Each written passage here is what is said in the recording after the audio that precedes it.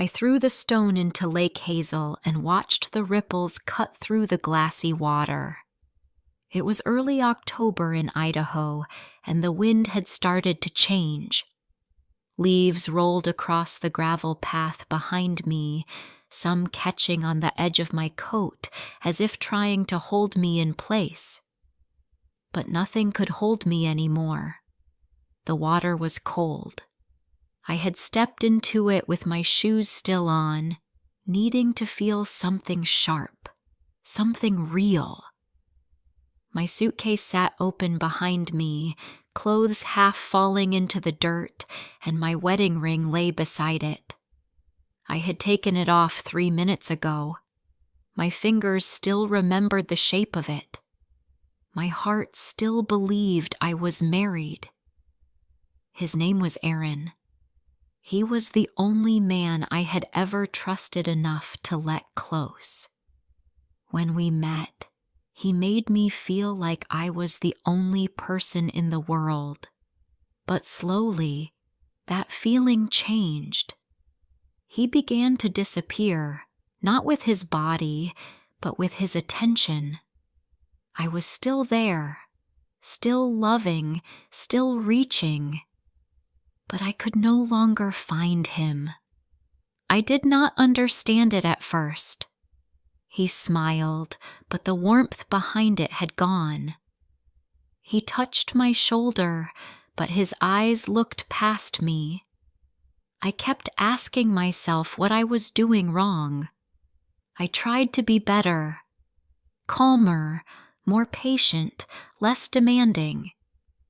I thought maybe I had become too much, too emotional, too quiet, too loud, too something.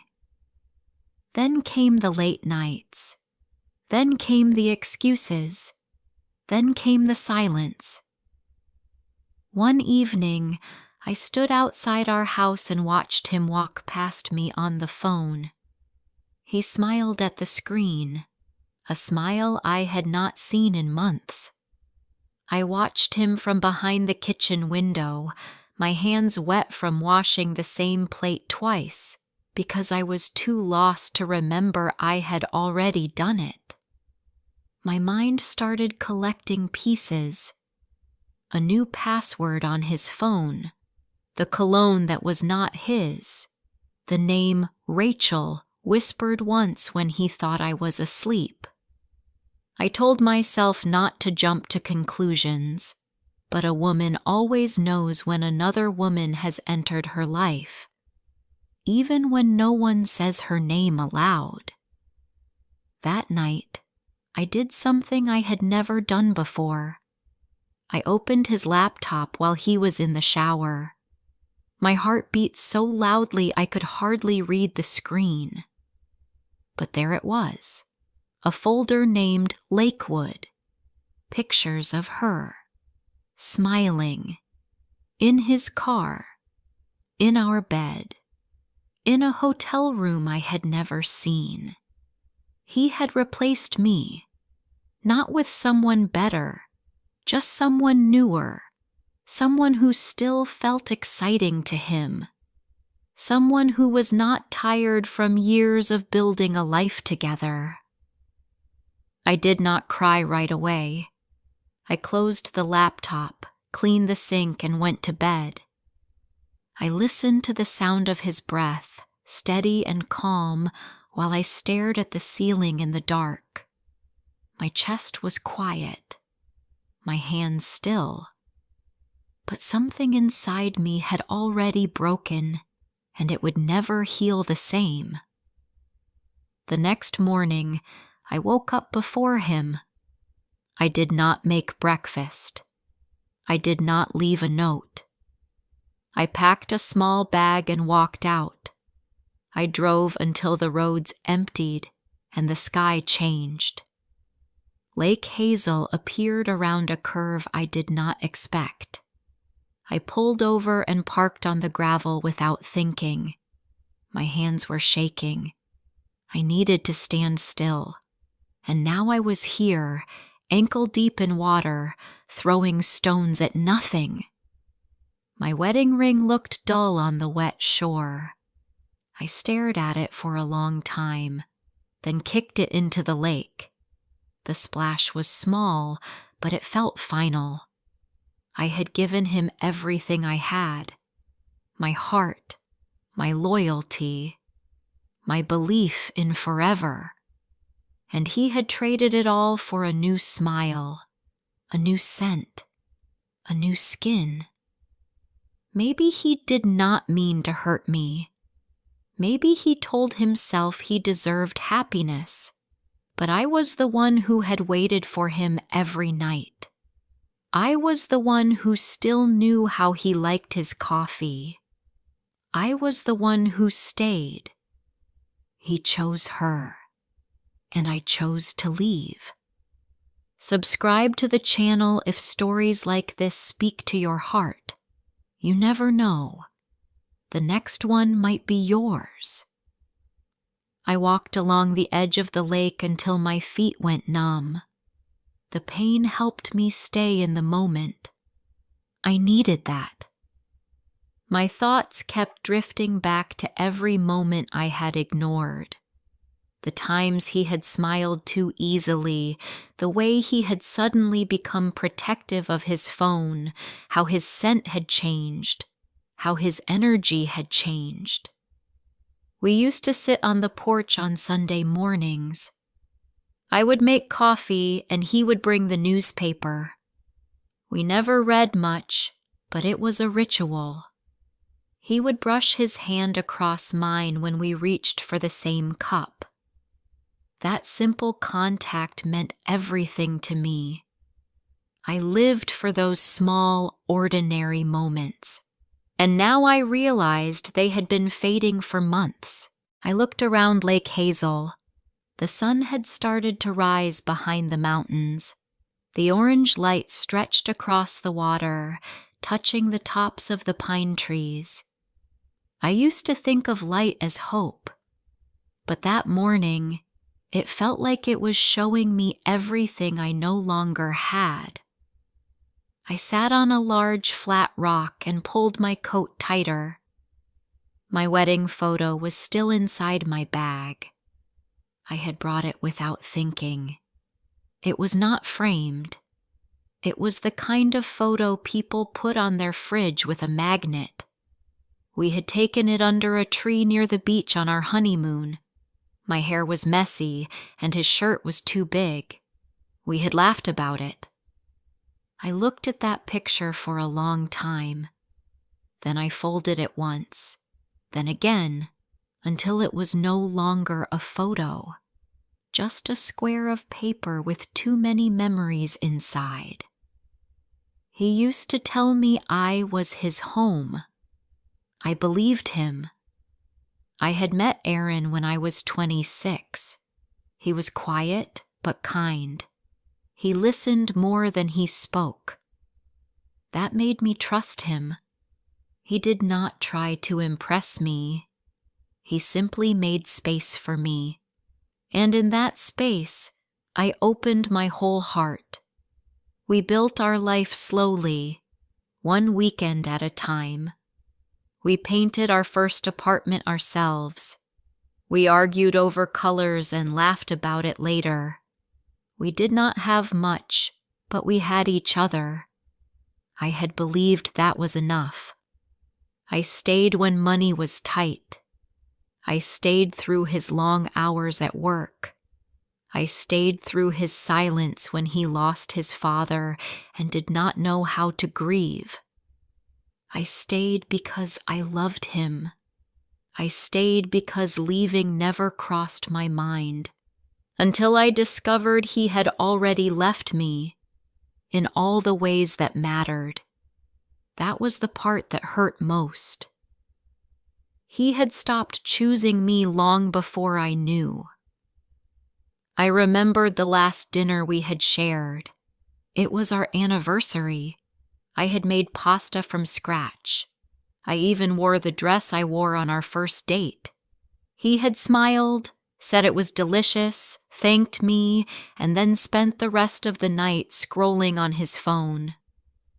At the time, I blamed work. But now I knew. He had been texting her while I was trying to save us. There were no bruises, no shouting, no slammed doors. Only absence. That kind of pain is quieter, but it lasts longer. It makes you question yourself. You begin to wonder if you ever mattered, if any of it was real. I stood up again and walked farther along the lake. A small dock stretched out into the water. I stepped onto it and looked down. The reflection was clear. My face looked pale, my eyes tired. But something new was in them. Something I had not seen before. A kind of cold strength. I did not want revenge. I did not want him back. I just wanted to feel whole again. I sat at the edge of the dock and let my feet dangle above the water. Behind me, the trees were whispering in the wind. Somewhere nearby, a bird called out. Life was still moving. It did not stop for heartbreak. It did not stop for me. But maybe that was a kind of gift. Maybe it meant I could move too. I took a deep breath.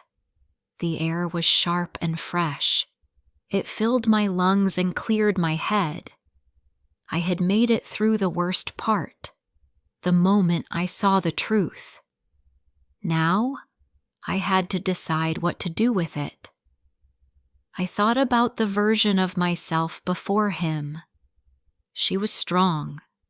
She had dreams. She laughed without fear. I wanted to find her again, not to go back, but to start forward with her. It would take time. I would have to learn how to be alone again. I would have to stop checking the door every evening, expecting him to walk through. I would have to stop thinking of his coffee cup as his. I would have to start calling things mine again, but I would get there. And when I did, I would never let someone take my place in my own life again. The next morning, I woke up in a quiet motel not far from the lake. The room was simple: a bed, a chair, a desk with a broken lamp. But for the first time in months, I slept without fear. No phone buzzing with secrets. No heavy silence from the other side of the bed. Just me, a pillow, and the sound of wind against the window. I made coffee with the small machine by the sink. It tasted like cardboard, but I drank it slowly. It was mine. I sat on the edge of the bed and opened my journal. It had been buried in a drawer for years, but I packed it at the last minute. The pages were yellowed, the cover worn. Inside were old hopes, old poems, old dreams. I read a few and smiled. I had forgotten that part of me, the girl who used to write about the future. I wrote a single sentence at the bottom of the page. He left, but I stayed. Then I closed the book and got dressed. I spent the day walking through the nearby town. It was quiet, filled with small shops and friendly faces. Nobody knew me there. Nobody expected anything. That freedom felt strange, but good. I stopped by a bookstore and bought a second-hand novel. The woman at the counter asked where I was from. I lied and said I was just passing through. That was partly true. I sat at a small park with a sandwich and read a few pages. But my mind kept drifting. Every little thing reminded me of Aaron, the color of the leaves, the song playing in the cafe, the way couples walked by holding hands. I wondered if he was with her now. I wondered if she laughed like I used to, if she called him the same nicknames I did, if he told her the same lies. I closed the book and stared at the sky. It was too much. Healing was not a straight road. It was slow, messy, full of traps. But I had promised myself I would keep walking. That night, I stood in the motel bathroom and looked at myself in the mirror. My eyes were still tired, but they no longer looked lost. I ran a hand through my hair and tried to smile. It was small, but it was mine. The next few days were quiet. I stayed near the lake. I walked. I wrote. I made meals for one. I cried sometimes, but not every day. I started to feel my own breath again. I started to feel space inside me where pain used to live. And into that space, I began to pour new thoughts. I thought about the way Aaron had once made me feel safe, and how slowly that safety had turned into confusion, how confusion had turned into shame, how shame had made me smaller. I had lived inside that shrinking for too long. I remembered the night he came home late, smelling of perfume I did not wear. I asked if he had gone somewhere after work. He said no, then kissed my forehead without meeting my eyes. That was when I knew something had changed. Not because of the perfume, but because of the way he kissed me, like I was a habit, like I was already gone. I did not hate him. That would have been easier. What I felt was worse. A mix of love, loss, and something like pity. I saw how afraid he was of being ordinary, how desperate he was for something new, something shiny. I had loved him enough to grow old together. He had loved me until something younger came along. One evening, I sat at the lake again. The sky was purple with sunset. I closed my eyes and tried to remember the last time I had felt joy with him. Not comfort, not routine. Real joy. It had been more than a year. That realization came like a wave. I had stayed too long. I had loved past the end. I had hoped when hope was gone. It was not my fault. It was not his either. Love does not die all at once. It fades. It forgets. It moves on. I stood up and took a deep breath.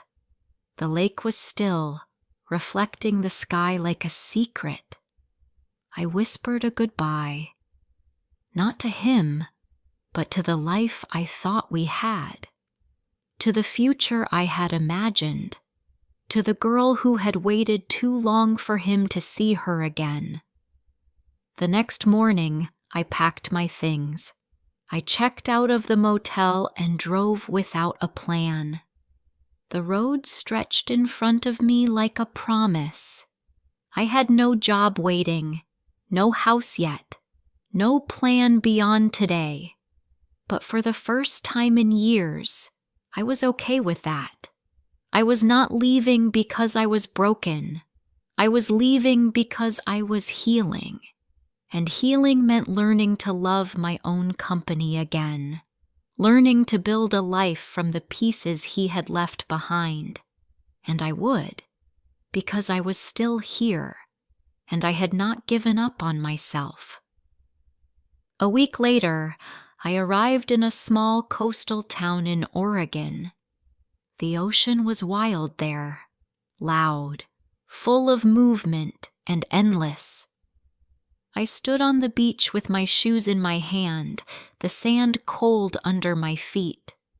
The waves rushed in and out like they were pulling at the edge of everything I used to be.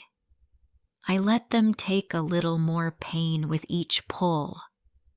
I found a short-term room above a bakery. The air always smelled like cinnamon in the morning. The woman who owned it never asked about my past. She only showed me the best window for sunlight and left me a basket of fruit on the first night. I began to feel like a person again. I read. I wrote. I watched the sea. I started drawing in the evenings, something I had not done since university. I remembered that I used to love color. I remembered that I had a world before him. I could build one after him too. I did not need to be someone's wife to feel whole. I could be my own beginning. And that was more than enough. I stayed in that coastal town longer than I planned. The ocean became part of my healing. I would wake early, take a walk along the shore, and let the cold air wake me up. I was not trying to forget Aaron. I was learning to remember myself. Piece by piece, I was returning to the woman I had once been. Only now, she was quieter, stronger, more aware of what she deserved. One morning, I visited a small art gallery near the harbor. The paintings were full of blues and grays, stormy skies, silent boats, waves crashing on empty rocks. But there was one canvas that stopped me. It was a simple image, a single figure standing at the edge of a cliff, facing the sea, arms open wide. The title was Still Standing. I stood there for a long time. That was how I felt.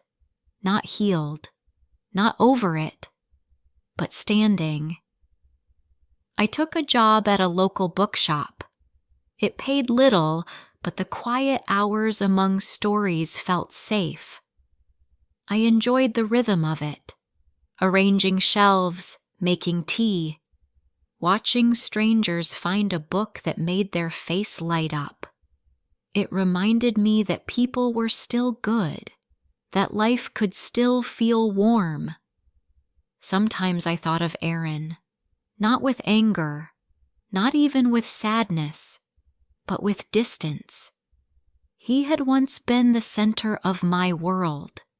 Now, he was just a chapter, one that taught me what happens when you give more than you receive, one that showed me how to survive being left behind.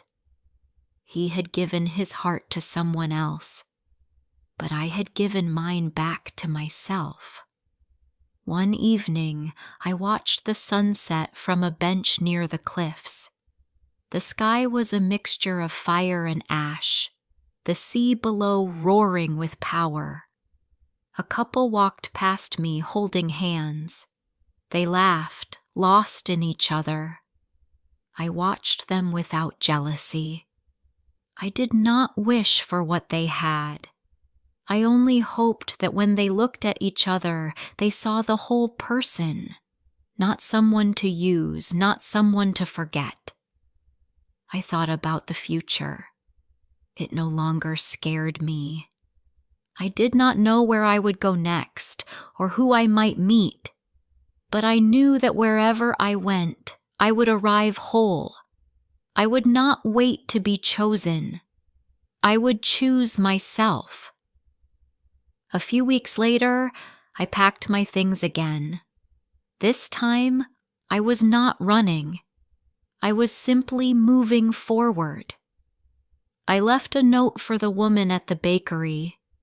I thanked her for her kindness, for her silence, for her space.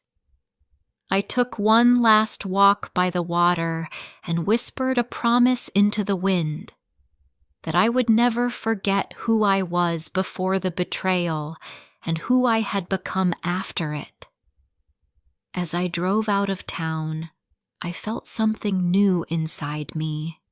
Not joy, not yet, but peace. A quiet peace, like the calm after a long storm. I turned on the radio and a soft song filled the car. I did not know the words, but I hummed along. For the first time in a long while, I was not afraid of my own company, and I knew I was going to be okay, because she had taken my place in his heart, but I had taken back my place in my life, and that made all the difference. A few days after leaving the coastal town, I drove inland with no exact destination in mind. The hills grew taller, the trees denser, and the roads quieter. I stayed in a small cabin near the edge of a national forest. The cabin was plain, but it had a fireplace and a wide window that looked out into the woods. At night, I would sit there wrapped in a blanket, listening to the crackle of flames and the deep quiet of nature. It was in that stillness that I began writing again. Not just journal entries or short thoughts, but full pages. I wrote about the version of myself that had been buried, the woman who used to laugh freely, who once believed in love without fear. I let her speak on the page. I let her say all the things I had silenced for years. Each word I wrote made me feel stronger. I did not write about Aaron often. When I did, it was only to remember what I had learned, that love must be shared, not chased, that silence can sometimes speak louder than words, that being alone is not the same as being lost. One evening, while sitting near the fireplace, I pulled out a list I had made years ago. It was a list of places I wanted to visit, dreams I had tucked away because life had become too heavy.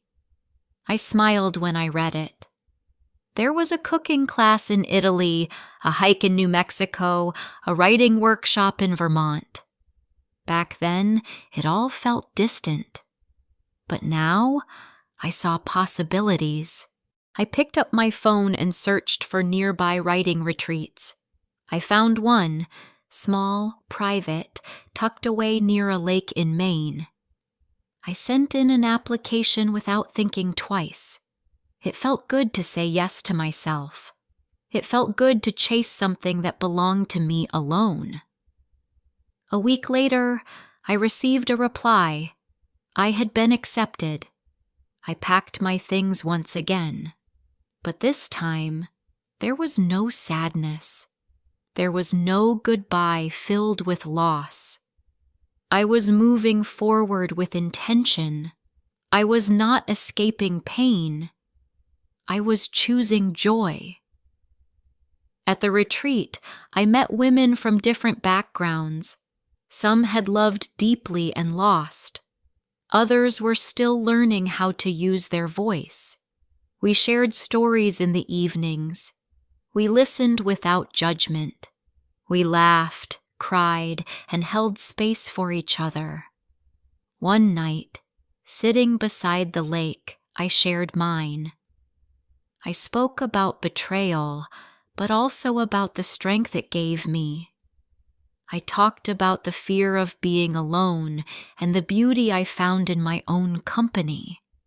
I told them about Lake Hazel, about the rock where I had left my ring, about the silence that had taught me everything I needed to know. When I finished, there was a long pause, and then someone whispered, "That's exactly how I felt." And I knew that my pain had a purpose, that my story was not just mine. It was shared by many in different forms across the world. At the end of the retreat, I was asked to read one piece I had written. I chose a short entry from my journal. In it, I had written, "She took my place in his heart, but I took back my name. I took back my mornings. I took back my smile. And in the end, I became more than I ever lost. When I read those words aloud, I felt my voice steady. I felt the weight of all I had carried and the relief of having put it down. Now, as I sit in a cafe in a new town, I am still writing. I am still growing. I am not waiting for someone to choose me. I have already chosen myself. I do not know where I will be a year from now, but I know this. I will not settle for half love. I will not chase people who leave me behind. I will not shrink to fit inside someone else's life, because I have my own now.